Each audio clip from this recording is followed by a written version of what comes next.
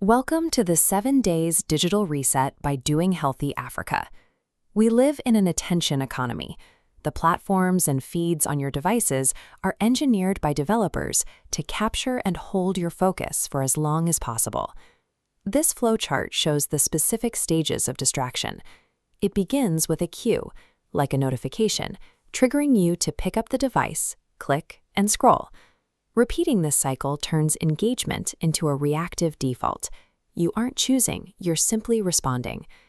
Most people look at their screen time and assume they have a discipline problem. They tell themselves they just need to try harder or be more productive. But willpower is an exhaustible resource. This is actually a system problem. When you rely on discipline to fight platforms designed for maximum engagement, you are fighting a losing battle. To reclaim your attention, you have to move past the idea of trying harder and start building a repeatable system. These first 3 days focus on the habits that hold that system together. Day 1 begins with the digital audit. You cannot change a habit you refuse to acknowledge, so your first step is an honest look at where your time is actually going. This chart highlights the common gap between perception and reality. While most people estimate their usage at 2 hours, actual data is often double that. This data isn't for self-judgment. It is a tool used to establish a truthful baseline for the week ahead. Confronting the difference between how you think you spend time and how you actually spend it serves as the catalyst for the rest of the challenge. On day 2, we define what matters. Awareness identifies the problem, but raw data without a clear direction usually leads back to old habits. This is where you build your priority compass.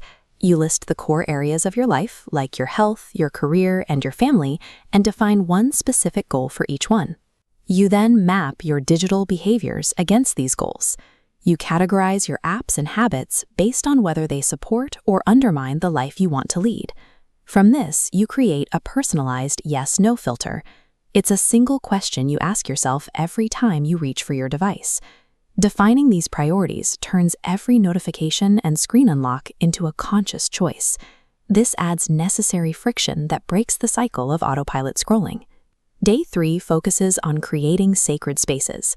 We are moving from mental frameworks to physical boundaries. This floor plan shows how to reclaim your space.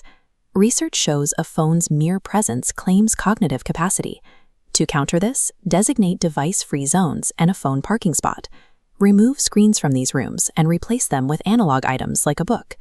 Curating your physical environment creates a structural defense for your focus. It reduces your reliance on willpower by making presence the natural state of the room. The first 3 days build the foundation.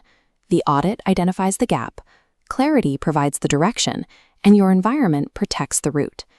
These steps combine into a single framework called intention and attention management. This process turns your focus into a resource you manage yourself, rather than one your phone manages for you. Embracing this structural change can be uncomfortable at first, but long-term transformation comes from combining this consistency with a bit of self-compassion. Tomorrow, we move into the next principle, scheduling. Get ready. Intentional digital living is a practice you repeat daily. You now have the system you need to reclaim your focus and master your digital life.